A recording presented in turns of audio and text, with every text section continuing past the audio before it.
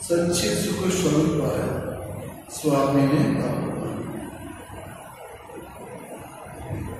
12 জানুয়ারি 2025 অতিবাহিত হয়েছে। ওই দিন ছিল স্বামীজির জন্মদিন। 21 জানুয়ারি বা তিথি নক্ষত্র সব মিলিয়ে সেই দিন পড়েছে। শুধুমাত্র রামকৃষ্ণ মঠ মিশন নয়, এরকম বহু প্রতিষ্ঠান গড়ে উঠেছে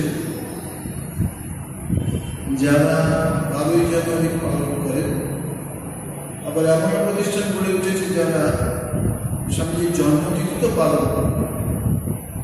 ওই বিশেষ দিনে বিশেষভাবে স্বামীজির মঙ্গলারতি হবে, বেদ পাঠ, চণ্ডী পাঠ, গীতা পাঠ, স্বামীজির কত গান স্তব রচনা হয়েছে সেসবগুলো যতটা সম্ভব হবে। বিশেষ পুজো, হোম, রোগারতি, আলোচনা, কত জায়গায় কত প্রসেসনও বেরোবে। স্বামীর জন্মদিনে বেরিয়েছে 12 জানুয়ারি, কিন্তু 1984-85 আগে তো স্বামীজি ওই একটা দিনই পালিত হতো, তিথি পুজোর দিন। তো সারাটা দিন কত মানুষ স্বামীজিকে নিয়ে চিন্তা করবে, ভাবনা করবে, স্বামীজির উপদেশ বাণী ইত্যাদিগুলো শুনবে। স্বামী বিবেকানন্দকে শ্রীরামকৃষ্ণের পৃথিবীতে নিয়ে এসেছে জগতের কল্যাণের জন্য, ভারত আত্মার কল্যাণের জন্য। আজ পর্যন্ত আমরা কাউকে দেখেছি যে স্বামীজির মতো সারা ভারতবর্ষ পদব্রজে পরিভ্রমণ করেছে, দিনের পর দিন, রাতের পর রাত। আমরা কাউকে দেখেছি যে গরিবের কুটিরে দেখেছেন, দিনের পর দিন, রাতের পর দিন গাছতলায় পড়ে থেকে অভুক্তভাবে কাটিয়েছেন? আমরা কখনো দেখেছি এত জ্ঞান, এত ভক্তি, এত শক্তির বিকাশ? তিনি এসেছিলেন ভারতবর্ষের ধর্মকে পুনঃস্থাপন করবার জন্য। ভারতবর্ষে ধর্মের অভাব নেই, কিন্তু ওটা স্তীমিত হয়ে গেছে।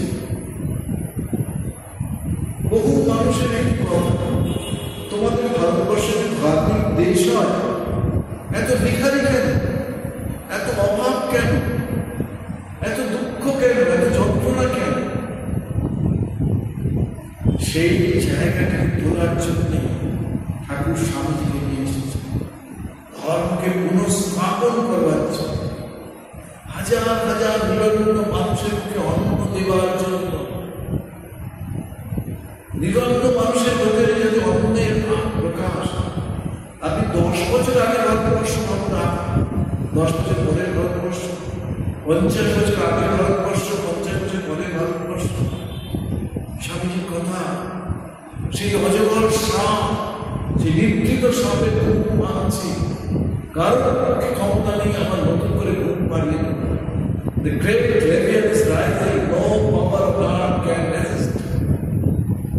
তাকে রেজিস্ট করতে পারবে না কোনো, অথবা কখনো কখনো কুম্ভকর্ণের ঘুম ভাঙছে। ভারত আত্মা, তিনি বলতেন ভারতের সংস্কৃতি জাগরণ চান, ভারতবর্ষের ধর্মের জাগরণের সঙ্গে সঙ্গে সংস্কৃতি। আজকে যখন আমরা ইন্টারনেটে মহাকুম্ভের ছবি দেখি, অবাক হয়ে যায়। স্বামীজি বলছে ছোট্ট ছোট্ট ধর্মের অনুশাসনে মানুষকে শক্তি দেয়, ভক্তি দেয়, ভক্তি দেয়। আজকে সবাই ভাবছিলাম আমার মা, ঠাকুমা, দিদিমারা প্রতিদিন সন্ধ্যার সময় গঙ্গা জল মাথায় নিয়ে তুলসী তলায় প্রদীপ দিতে, তাদের কাছে ধর্ম ওই সকালবেলা উঠে মন্দিরে ঘরের মধ্যে যে ছবিগুলো আছে সেই ছবিগুলো একটু মোছা, একটু ফুল দেওয়া, একটু প্রার্থনা, নারায়ণের কাছে প্রার্থনা, রামের কাছে প্রার্থনা, দুর্গার কাছে প্রার্থনা, কালীর কাছে প্রার্থনা, মা শক্তি দাও, ভক্তি দাও, ভক্তি দাও, সর্বম নবস ধর্মসূত্রায় মহত পায়া। গীতায় আছে স্বল্প স্বল্প ধর্মের শক্তি, বৃহৎ শক্তি আসে। গীতায় বলছে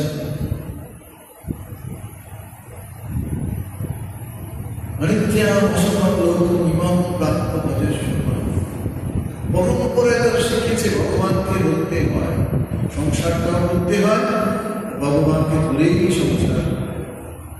তাই তারা চেষ্টা করতেন অতিথি দেব ভব, ভিখিরিদের কখনো কোনো বাড়িতে ফেলে দিতেন, যার যতটা আছে।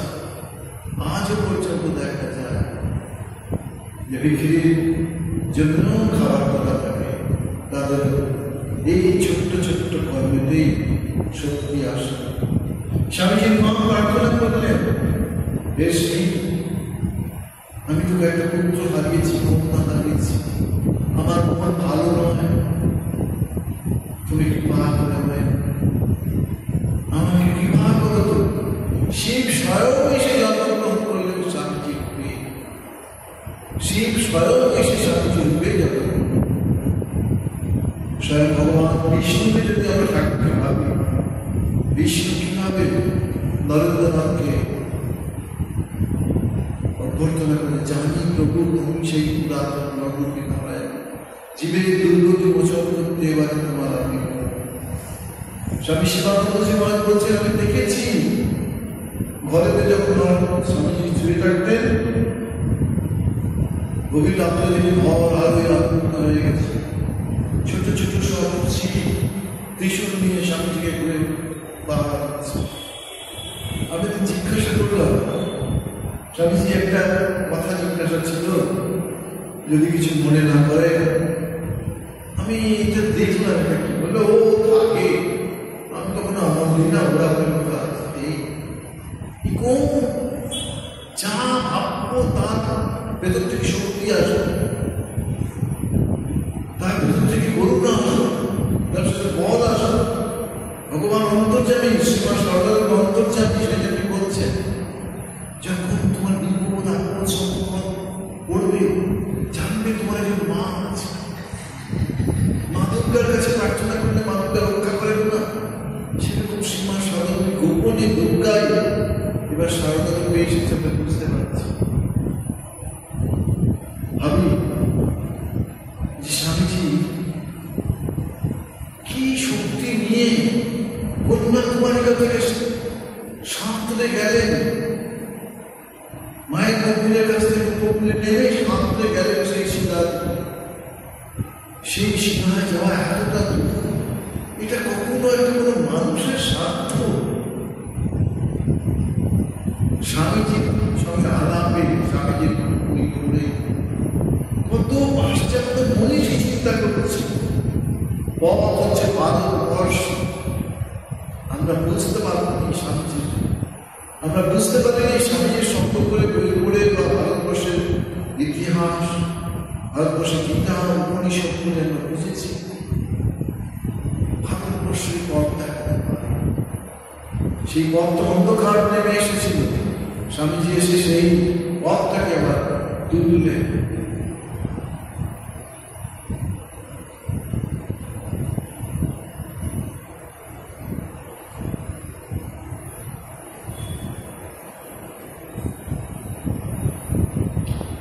শহরের সম্ভ্রান্ত ব্যক্তি কন্যাদানের আগ্রহ জানায় এবং বাদদেশে আন্দোলন ছিল যে 10 সহস্র মুক্তাদিতে প্রতিষ্ঠিত হয়ে। এরকম কিছু মানুষ থাকে যাদের জীবনে ঘটে যায়, তার নিজেরা যে ঘটে তা নয়, ঘটে যায়। বুদ্ধ সমস্ত কিছু রাজ্য ছেড়ে বেরিয়ে পড়বে, পরিত্রাণ হয়েছে, স্ত্রী আছে, পুত্র আছে, বাবা আছে, মা আছে, সম্পত্তি আছে, সর্ব সর্বস্ব ছেড়ে সেরকম স্বামী বিবেকানন্দের কাছে কত প্রলোভন এসেছে।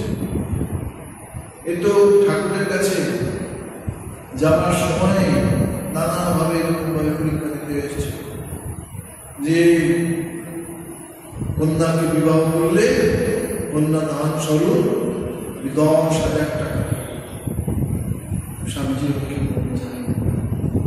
আসলে 3 রকমের আনন্দ আমরা করি।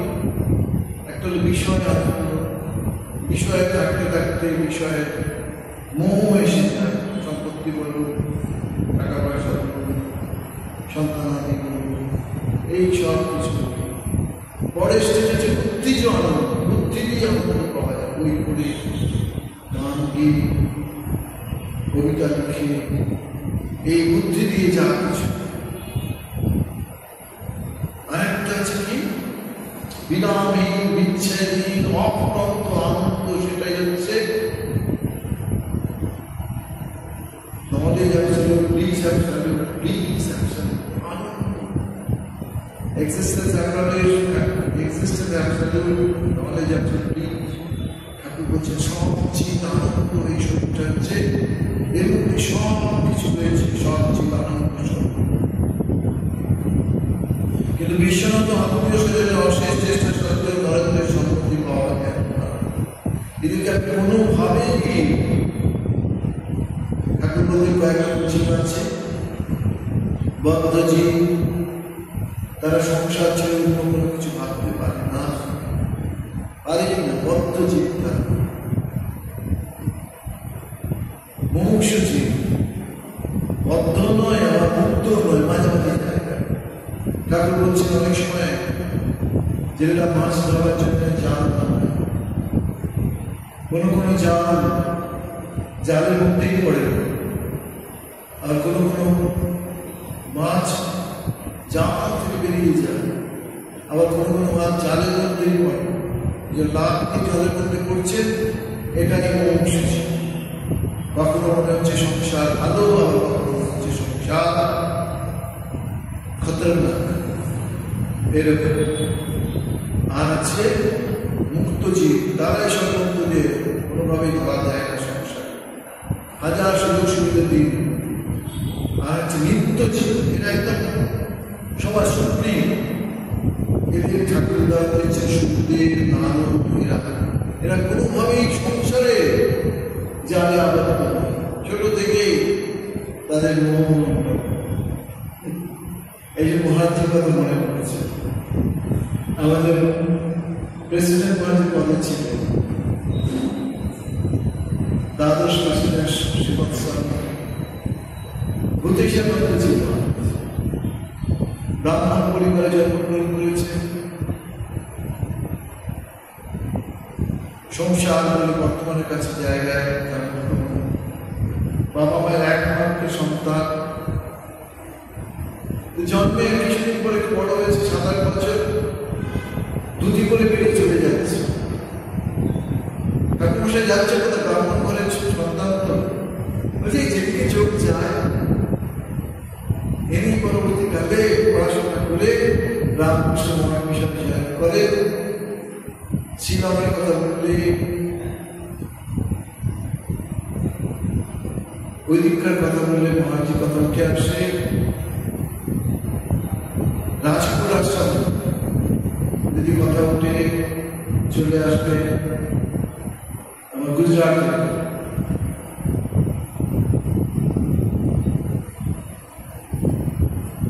তাই এরকম বলছেন জীবন এরকম কার সংস্কার যদি আছে আমার চলতে পারে।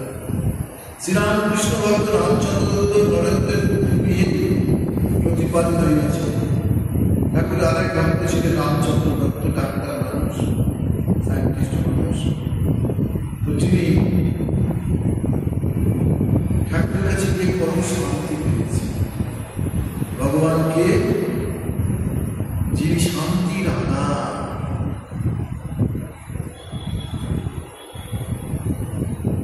স্বামীজি বলতেন ঠাকুরের কথা লিখতে গিয়ে,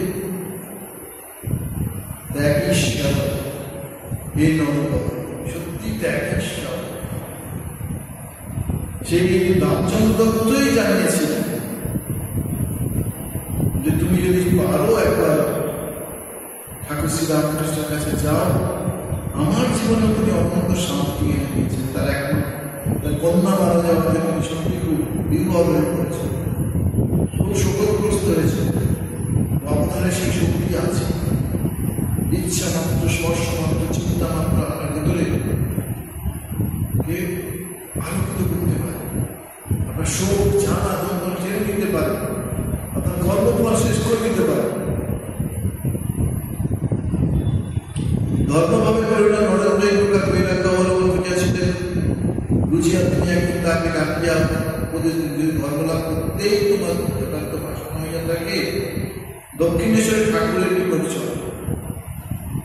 স্বামীজিদের উত্তম ভাবে ছোট থেকেই ত্যাগ করে, কোথাও এরকম পাওয়া যাবে? স্বামী তার কাছে আসবে, নরে কোনো কিছু নেই, দরজায় হচ্ছেন, দরজা ভাঙতে হচ্ছে, দিনের পর দিন, রাতের পর রাত। আর স্মৃতিশক্তি একটাই যদি কেউ ভালো হয়, আশা করা যায় অন্যান্যগুলো সে চেষ্টা করলে এগিয়ে যাবে।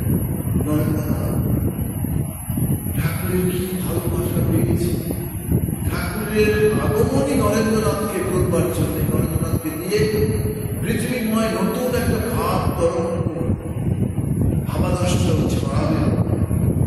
তিনি পারতেন তো বহু জায়গায় যেতে, এরকম মানুষ আছে যারা সব পারেন, ঠাকুরও হাঁটতে পারতেন না ঠিকমতো ভাবে, হাত পা এত নরম ছিল, তার পক্ষে সম্ভব ছিল সারা পৃথিবী ঘুরে বেড়াতে। তার কাজ তিনি নিজে যেমন করে গেছেন, সন্তানদের তৈরি করে গেছেন, শ্রীমা সারদাদেরকে রেখে গেছেন। নরেন্দ্রনাথকে বললেন কি, সব কিছু দিয়ে আছে, বলে সমস্ত আধ্যাত্মিকতা ট্রান্সলেট করে যেতে পারে আশ্চর্য। সেই আধ্যাত্মিকতা নিয়েই তো শান্তি এত চলবে। আপনি অবাক লাগে, তিনি দেখছিলাম ভারতবর্ষ পরিক্রমণ করতে করতে কারো কথা বলেছেন আমেরিকার ধর্ম মহাসভা হবে, যারাই তার কাছে আসেন তারই দেখে এত জ্ঞান একটা মানুষের হতে পারে। একজন বিদেশি লিখেছিলেন তার সম্বন্ধে, বয়স অল্প কিন্তু প্রজ্ঞায় প্রাচীন। স্বামীজি সব দেখুন, রামায়ণ, মহাভারত, গীতা, উপনিষদ, বেদান্ত, পুরাণ, ভাগবত, পাশ্চাত্য ভাব, বর্তমান ভাব, ভবিষ্যৎ ভাব, সব ভাব নিয়ে স্বামীজি আমাদের সামনে এসে আজকে বলছিলাম কিরকম ভারতবর্ষ ছিল। বলছে পথ হাঁটছি, হাঁটতে হাঁটতে দেখি একজন ভাঙ্গি অর্থাৎ ম্যাথো তামাক খাচ্ছে। স্বামীজির নেশার মধ্যে এটা ছিল, তামাকের নেশা। ঠাকুর নিজেই শিখিয়েছে, খানা খানা। স্বামীজি খুব লজ্জা হচ্ছে, বলে তুই আমাকে আড়াই না। ঠাকুরের করে বাংলা ভাষা বলতে, ভারী মিষ্টি ভাষা লাগতো। আপনি কেমন আছো? অদ্ভুত সৃষ্টি শ্রীরামকৃষ্ণ। স্বামীজি ওই জন্যই হাত করতেন, তোমার এই বলিয়াছে জীবনের বিপদা সুন্দর গান। তো বলছেন সত্যি তাই।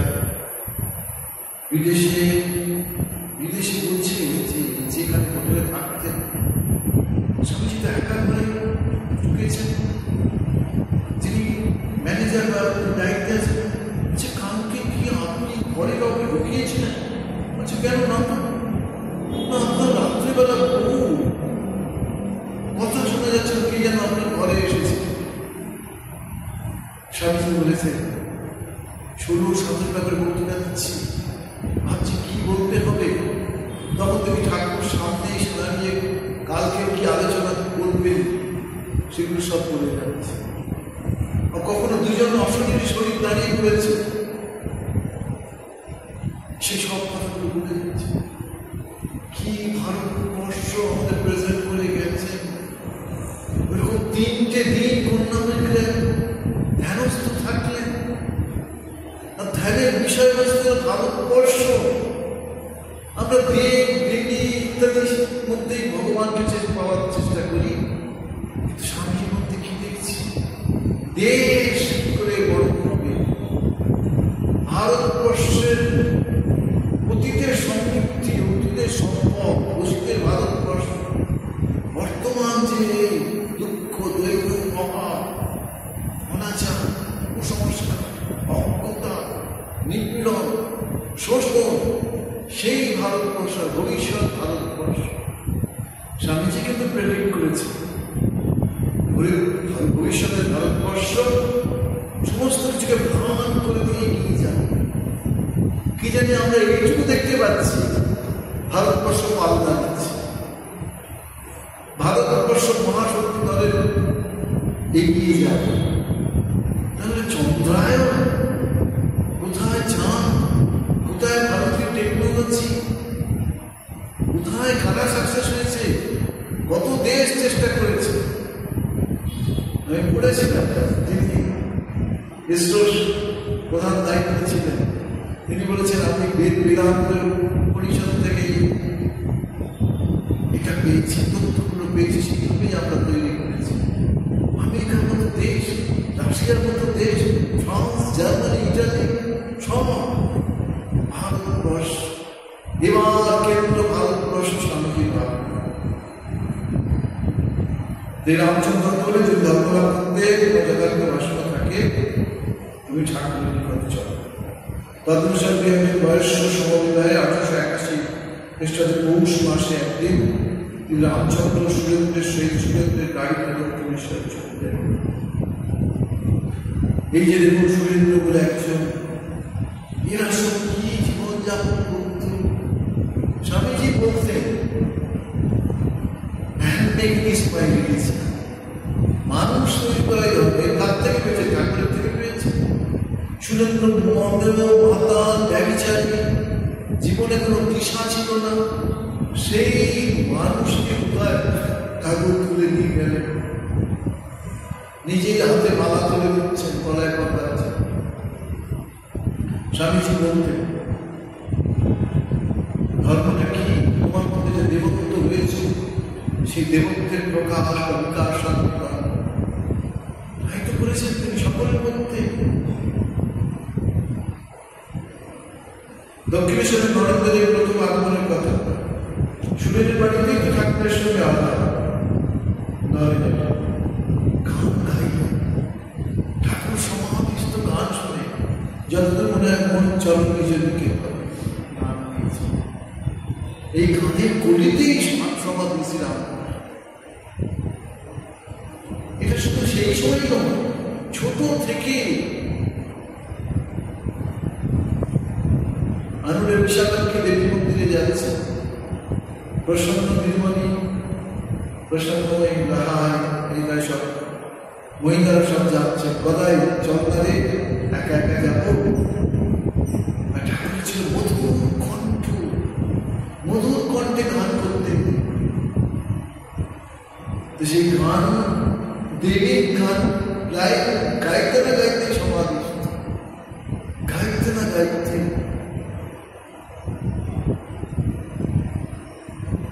পশ্চিমের দরজা দিয়ে এসেছিলেন মনে।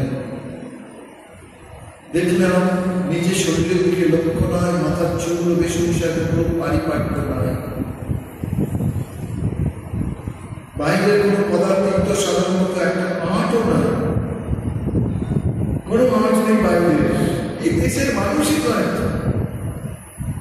পথ চলতে চলতে দেবদূত যেন পৃথিবীতে অবতীর্ণ হয়েছে। সেই দেবদূত হচ্ছে স্বামী বিবেকানন্দ। পথ চলতে চলতে হঠাৎ করে এনেছে কি আপন ভুবনের দীপ্তি, শক্তি, মহিমা, প্রত্যেক দায়িত্ব। সপ্তর্ষি শ্রী ঋষি নিয়ে এসেছিলেন, সত্যিই তো তিনি লিখছেন আগন্তক, তিনি ক্ষণিকের অতিথি, তিনি ঠিকই তাই। 39 বছর বেরোবরা বলেইছি, যা প্রেডিকশন করেছেন সব আজকে বেলুর মঠের আশেপাশে যা কিছু গড়ে উঠছে, ইউনিভার্সিটি গড়ে উঠছে, কলেজ গড়ে উঠছে, বিদ্যালয় গড়ে উঠছে, উঠছে। স্বামীজির প্রেডিকশন শরীর যাওয়ার আগের দিন বাবুরাম মহারাজকে বলে দিয়েছে, দেখ এখানে হবে, ওখানে ওই হবে, ওখানে ওই হবে, এইসবগুলো বলে দিয়েছে।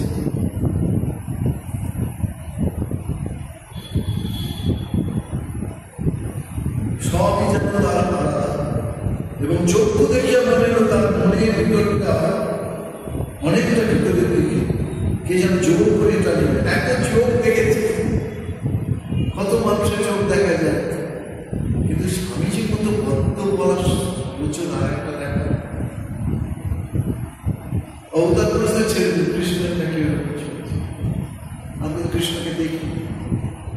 স্বামীজি বলেছেন কৃষ্ণ জন্মেছিলেন কিনা জানি না, গুপ্ত চরিত্র এক Ramakrishna the latest and most perfect.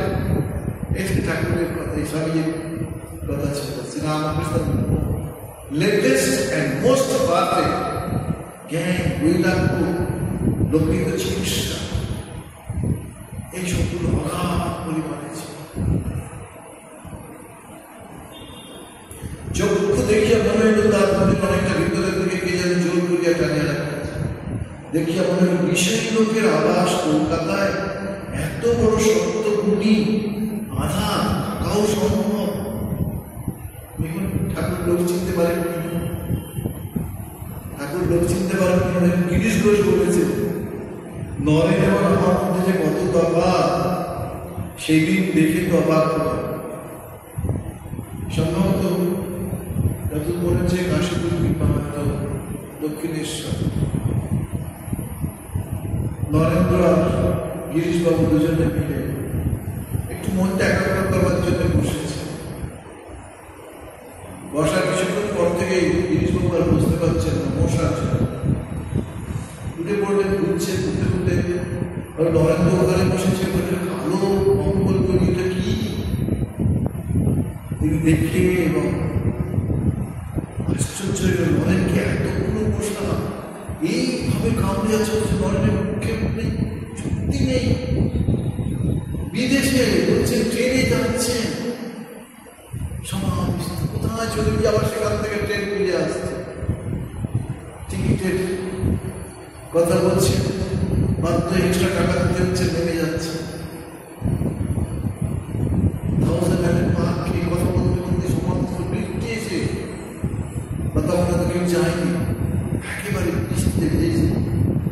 কি আমাদের মতো যে দেশে মনের মানুষ পায়, এরকম শরীরের প্রকাশ ঘটে, সেই দেশ তো সাধারণ দেশ হওয়ার কথা নয়। কিন্তু এই সহনশীলতার দেশ, পৃথিবীতে কত জাতি এসেছে, কত জাতি চলে গেছে, ইতিহাসের গর্বে, অতীতের গর্বে, কিন্তু এই সনাতন ধর্ম, হিন্দু ধর্ম দেখে অবাক হয়ে যাই। সারা পৃথিবীতে কেমন মহাপ্রভুর একটা কথা আছে, এখন কোনো নবরাম যেখানে হরিনাম নাম প্রচার, কে জানে ইস্কনের মাধ্যমে কিরকম ভাবে দেশ বিদেশের মানুষরা হরিনামে মাতোয়ারা হয়ে হরিনাম করছে। সেই হরিনামকে জাগাবার জন্য আবার শ্রীরামকৃষ্ণও এসে হরিনাম কীর্তন করছে। গিরিশবাবু জীবনে কখনো কাউকে প্রণাম পছন্দ করতেন না। ঠাকুরের এই নৃত্য দেখে তিনি অভিভূত। তিনি রামবাবু বাড়িতে গোপনে ভাবছেন যে এবার তো যখন ভাবে আছে শিখতে পারবেন, যেই প্রণাম করে ঠাকুর চিনে গেছে। মায়ের ক্ষেত্রে এরকম দেখি সর্বত্র সব এটা এসেছেন আমাদের মতো সব মানুষদের উত্থান করার জন্য। যে মেঝেতে মাদুর পাতা ছিল, নরেন্দ্র হাতে বসিতেন এবং শ্রীরামকৃষ্ণের আদেশ হইয়া গান গাইতেন, মন চলো নিজেকে নয়, সংসার বিদেশে বিদেশি বেশি কেন।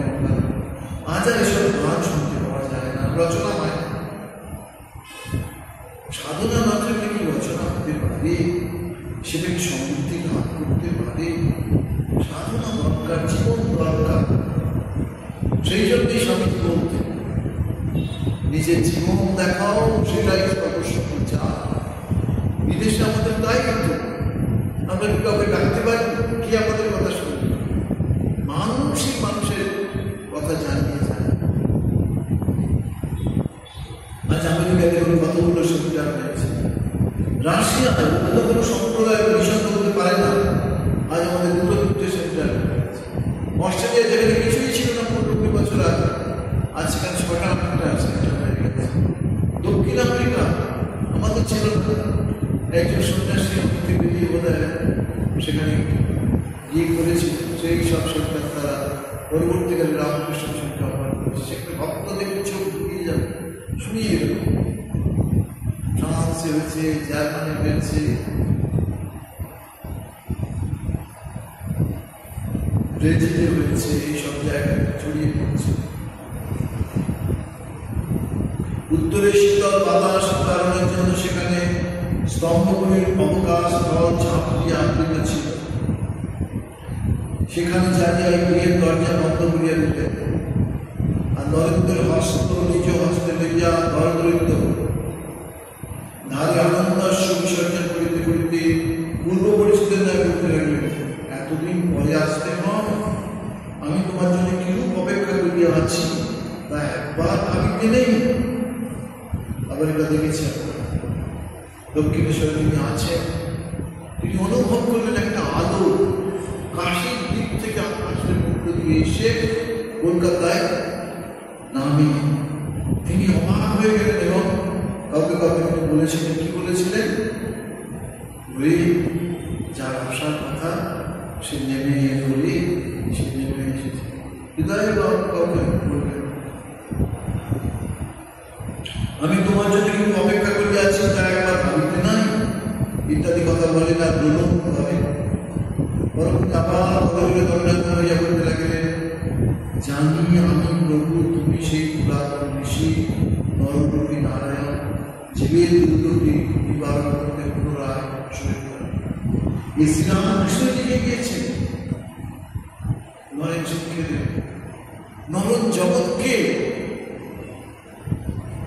উল্টে পাল্টে দেবে, পুনর্পালন করে দেবে, জগৎকে পরিবর্তন এনে দেবে। নরেন ঠাকুরের এরকম ভাব শোনা যায়। এতাদৃশ অদ্ভুত আচরণ নরেন্দ্র স্তম্ভিত হইয়া ভাবতে লাগে। নরেন্দ্র কলকাতার ছেলে, যে আড্ডাও পছন্দ করে, খেলাধুলা পছন্দ করে, কুস্তি খেলাধুলা সবে থেকে উস্তাদ, তার সম্পর্ক কেউ নেই।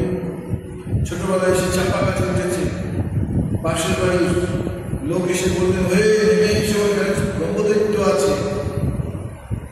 নরেন্দ্র নামলেন, বললেন, তোরা কথা বিশ্বাস করলি? যদি ব্রহ্মদৈত্য থাকতো তাহলে একদিনে এসে আমাদের ভাগ মুখে দিত না, আবার পরের দিন সবাই উঠল। এই অদ্ভুত এইসব কথা, বিরক্তির কথা পড়া দরকার। আমাদের ভিতরে অন্ধকার দূর করা দরকার, প্রকৃত শিক্ষার দরকার। তার শিক্ষা হচ্ছে ডিগ্রি নয়, বই পড়ার জন্য নয়, বুদ্ধি বোধ, যাতে নিজের পায়ে দাঁড়াতে পারে, যাতে মনের শক্তি বাড়াতে পারে, বুদ্ধির বিকাশ পায়, শিল্প সাহসিকতা আছে, ব্যক্তিত্ব। কয়েকদিন আগে নীল দিতে গেছি, আমাদের কিছু বইপত্র নিয়ে গেছিল, ওরা ইনভাইট করেছিল। যখন আমরা বন্ধ করে দিয়েছি, ওই দুটো পেটুতে বইছিল, একটি ছেলে এসে কাঁদতে আরম্ভ, আমি বই দেব, আমার বই দেব। এই ছোট বাচ্চা, প্রথমটা ভাবলাম যে এ তো এমনি এমনি কাঁদছেও, বলালে চকলেট করে ঠিক হয়ে বই বার করে যাচ্ছে, বই বার করে যাচ্ছে। দেখি স্বামীজি ব্যক্তিত্বের বিকাশ, তার পছন্দ সব ছেড়ে নিল। পরে দেখি কি একটা করতে যেতে, জানি না কোনটা সব খুবই কম, কিন্তু মনে দৃঢ়তা দেখে অবাক লাগলো। সেরকম ওখানে আলোচনা করছিল অরুণিমার সঙ্গে বলে একটা মহিলা, কোনো কারণে তার ট্রেনে পা কেটে গেছে, সে হিমালয়ে উঠেছে, কাঞ্চনজঙ্ঘা নাকি দর্শন করেছে। সেখানে আমার এই success because of Swami Vivekananda. সিন্ধু বলে একজন ক্রিকেটার, তিনিও লিখেছেন আমি যে ক্রিকেটে সেঞ্চুরি করতে পেরেছি তার কারণ কিন্তু স্বামীজি। স্বামীজি বই পড়ে উন্নত হয়েছে। ক্রিস গেলও দেখেছে স্বামী বই পড়ে তিনি উন্নত হয়েছে। এবং কত মানুষ আছে, আমরা তো নিঃসন্দেহে কথা বলতে পারি যদি নেতাজির ভেতরে স্বামী বিবেকানন্দ প্রবেশ না করতে তাহলে আমরা কি নেতাজিকে পেতাম? সুভাষচন্দ্র বসুকে স্বামীজি যদি একদমে না করতেন তিনি কি ওই কথা বলতে পারতেন? যদি আজকে আমি স্বামীজিকে পেতাম আমার হৃদয়ের রক্ত দিয়ে তার চরণ করে দিতাম। যারা থেকে আসছেন সামনে আমাদের আস্তে আস্তে সব জলের তলা দিয়ে যে কোনো মুহূর্তে তার সামনে পাশ করে দিতে পারে বিরুদ্ধ পক্ষ। বলা হলো 2% সাকসেস হয় কিনা তার ঠিক নেই। আপনি এই রিস্ক নেবেন বললো হ্যাঁ 1% যদি সুযোগ থাকে তা এই মহাবীর আমরা পাবো কোথায়? স্বামীজি বই না পড়ি আমরা। আজকে স্কুল কলেজ সর্বত্র স্বামীজি পাওয়া দরকার। স্বামীজি বলেছেন ওয়ার্ক ইজ ওয়ার্কশিপ, ওয়ার্ক ইজ ওয়ার্কশিপ। কত মানুষ আমাদের সেন্টারগুলো সব সেন্টারে হয়তো পাওয়া যায় না। কেউ নতুন এসেছে তার পাপ তৈরি হয়নি, আমরা দেখতাম মঠে যে মেঝে মুছছে, যে গ্রিল মুছছে, যে কোনো কাজ করছে দেখতাম। পুজোর থেকে কিছু কম নয়। আমাদের প্রথম থেকে যে সাধনা সব হসপিটাল করতেন, স্কুল করতেন, এরা ধ্যান ভজন করতেন, আর সেই ধ্যান ভজনের পর সামাজিক কাজে দিতেন। স্বামীর কথা ছিল যে কি কথা? আত্মার মোক্ষার্থম জগৎ আছে, তোমার নিজের মুক্তি এবং জগতের কল্যাণ এই তোমার আদর্শ। স্বামীজি আমাদের কাছে আদর্শ দিয়ে দিয়েছে সায়েন্স আর রিলিজিনের সঙ্গে স্পিরিচুয়ালিটিকে অ্যাডজাস্ট করে, তাহলে মহামহিময় ভারতবর্ষ উঠে আসে। স্বামীজির চিন্তাধারা থেকে টাটা আজ কত বড় জায়গায় পৌঁছে গিয়েছে। তার চিঠিপত্র কতজনকে ইন্সপায়ার করছে। আমাদের ছেলেমেয়েরা কত বড় বড় জায়গায় পৌঁছে যাচ্ছে। তারা যেখানেই থাকছে ভারতীয় কৃষ্টি সংস্কৃতি বুঝতে পারে না, সেখানেই নতুন সমাজ, নতুন ভাবাদর্শ গড়ে উঠছে। আজকে কয়েকটা দিন আমরা স্বামীজির চিন্তা ভাবনা করবো। স্বামীজি জন্মতিথি এসে গেছে। স্বামীজি পারে বলতে কি আমি অশরীরী বাণী, আমি শরীর যাওয়ার পরেও শক্তি প্রকাশ দেখাতে পারি। স্বামীজি পাল্টা বলতে আমার ইচ্ছা হচ্ছে পুরনো জীর্ণ শরীরটাকে ছেড়ে দিতে আর ভারতবর্ষের খানায় খানায় ছড়িয়ে পড়ি। স্বামীজি বলছেন ব্রহ্ম হতে কিন্তু পরমাণু সর্বদেশে প্রেমময়, মন প্রাণ শরীর অর্পণ কোনো শক্তি সবার পায়। বহুরূপে সম্মুখে তোমার ছাড়িব নিজে ঈশ্বর, জীবে প্রেম করে যেই জন সেই। স্বামীজি পারেন অর্গানাইজেশন তৈরি করে সেটা সমাজে ছড়িয়ে দিতে। আজ কত জায়গায় কত ট্রিটমেন্ট পাচ্ছে, কত দুর্ভিক্ষ হোক, ফ্লাড হোক, যা কিছু ন্যাচারাল ক্যালামিটি হোক, রামকৃষ্ণ মিশনের মতো কত প্রতিষ্ঠা হচ্ছে। সেই দিন কিন্তু অন্যরা ছিল না। স্বামীজি প্রবর্তিত এই রামকৃষ্ণ মিশনে গিয়ে মানুষকে উদ্বুদ্ধ করেছে, সন্ন্যাসী সমাজকে পর্যন্ত উদ্বুদ্ধ করেছে। কি বলেছিলেন? প্রত্যেকটা শরীর দেবতা রয়েছে, এদেরকে সেবা করলে ঈশ্বরের সেবা করা হয়। আগামী 50 বছর সমস্ত অঙ্গের দেবতাকে সরিয়ে ভারত মাতার সেবা করো। সত্যি তো ভারত মাতা এখনো কত কত গ্রাম, কত কত জায়গায় দেখা যায় যে মাতৃজাতি মনেই পায় না। দিন শীর্ণ জীর্ণ অসহায়, নেই বাসস্থান নেই, অস্ত্র নেই, ছাদ নেই। স্বামীজি পায় নিশ্চয়ই জায়গায় পরিবর্তন হচ্ছে ভারতবর্ষ। ভারতবর্ষ টোটাল পরিবর্তন খুব দরকার আছে। এত উন্নতির সময় স্বামীজি কেউ বলেছে যে আপনি একজন কথা বলেছেন ফল তো বেশি দেখা যাচ্ছে না। স্বামীজি বলেছেন ভারতবর্ষ উত্থান হচ্ছে কিনা তো সেটা কিন্তু প্রথমে ঘুমিয়ে থাকবে, এরপর রজগুণ মানে নিজের বিস্তার প্রকাশ, আর তারপরে সত্য, দয়া, ক্ষমা, ভালোবাসা, অংশতার, প্রীতি, করুণা, সেবা ইত্যাদি। স্বামীজির মধ্যে স্বামীজির কৃপা, ঠাকুরের কৃপা, শ্রীমা সরকারের কৃপা আমাদের সকলের উপস্থিত হয়ে আমাদের জীবনটা মহিমময় করে তুলুন এই প্রার্থনা। ওম পরবর্তী সদা কৃষ্ণ সমন্বয় যোগধর্ম স্থাপন বিদেশ সর্বমঙ্গলধর্ম বিশ্বে সর্বাত্মসাধী শরণেত্রাম নারায়ণ সৃষ্টি বিনাশানাম শক্তি কৃষ্ণ গুণাশ্রয় নারায়ণ শরণান বিনা বিদ্যান সর্বশাস্ত্রবাদী দেবী নারায়ণ। জয় নারায়ণ, জয় নারায়ণ, জয় নারায়ণ। ওম নমঃ শিবায় শান্তায় নিবেদায় চক্রায় शांति शांति प्रिय वत्सल श्री राम कृष्ण।